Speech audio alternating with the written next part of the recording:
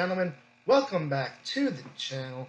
My name is Money Mike, and as I record this, tonight on Raw begins the quarterfinals of the King and Queen of the Ring tournament that we will see to start tonight on Raw and continue on SmackDown as we head into King and Queen of the Ring at the end of the month here, and actually not at the end of the month, but just about a couple weeks away. So, with that said, is this tournament cursed? Y'all, let's take a look at my thoughts on this tournament and whether or not this whole entire tournament is cursed. But before we do, go ahead and hit that like and subscribe button today as I make weekly wrestling content here on this channel. And I am getting much closer to a channel rebrand. So I want you guys to be here for that, as I will be rebranding this channel into a more wrestling-based channel. You'll see a wrestling-themed name, podcast, more live streams, the whole 9 yards. So please join me as I will be here talking wrestling every week on this channel. So let's get into it. The King and Queen of the Ring tournament was announced, and the matches happened, but then something else happened. All of a sudden, superstars were being pulled left and right, it seemed. And it was just kind of like, wait a minute, what's going on here? Is it storyline or is it legit? And seemingly, it seems to be legit, because the amount of injuries, you can kayfabe injuries, but you can't kayfabe this many injuries without fans going, hey, what is actually happening here? So let's look at the brackets here originally, because this is kind of interesting to me. So when you look at the original brackets, the competition in this tournament was actually pretty good. We had big names like Drew McIntyre, Bobby Lashley, Asuka, Xavier Woods, a former King of the Ring winner, and they were all pulled because of injury. So, outside of Drew McIntyre's injury, which I'm sure this man right here, CM Punk, prayed for and it happened, everyone else seemed to be suspicious. Bobby Lashley was pulled from his match against Tama Tonga from last week's SmackDown and replaced with Angelo Dawkins. And so, is this whole tournament cursed? I mean, the amount of injuries that have happened, the amount of videos we've seen Nick Aldis and Adam Pearce make saying that this superstar is not medically cleared and they have to be pulled from the tournament, it's quite crazy. You would think maybe this tournament is kind of cursed.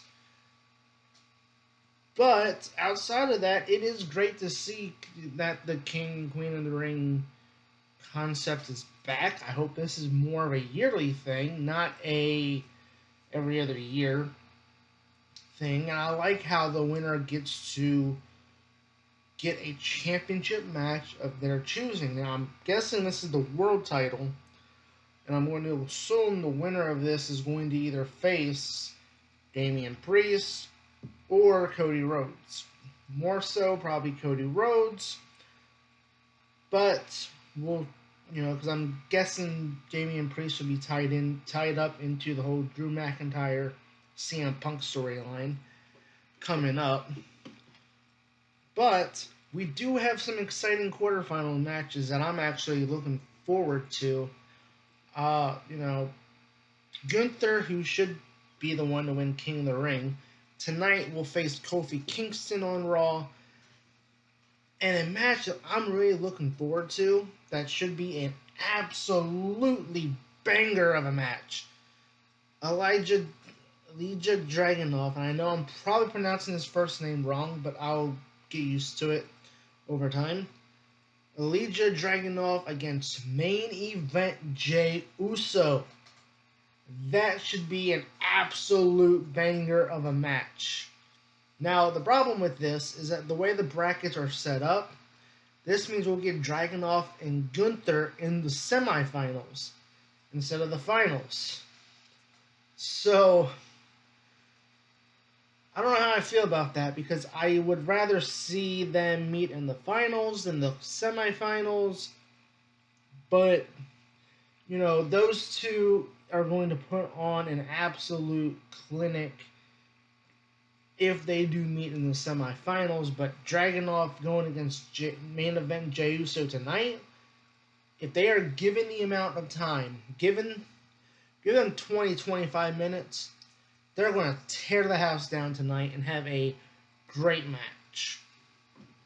Then on SmackDown, we have Randy Orton against the upstart Carmelo Hayes, who came up to the main roster through the draft, and LA Knight, against the Bloodlines Tama Tonga. But yeah, LA Knight, Tama Tonga on SmackDown.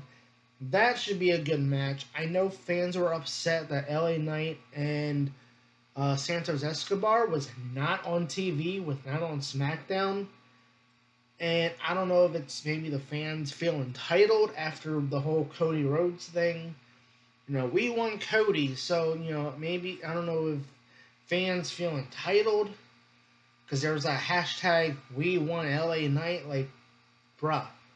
You know, there's nothing wrong with WWE boosting live event shows with matches like this. If you put on a match that says, okay, if you go to a live event and WWE says you're going to see one or two matches of the King Queen Ring tournament, you know, there's no problem with WWE boosting live events with those type of matches. And we see championship matches all the time on live events. We've seen title changes happen on live events. We've seen the NXT championship change hands twice on live events. And by the way, who was the booker of NXT when those NXT championship title changes happened at live events? Triple H. We're in the Triple H era. He's booking Raw and SmackDown. So, of course, you know, he's going to go and say, hey, let's boost live events. And I like that. You know, the fact fans were like, oh, this should be on TV. Like, okay, so what? Like, I like the fact that WWE is boosting live events with stuff like this. You know, stop feeling entitled. Let's look at the Queen of the Ring tournament now.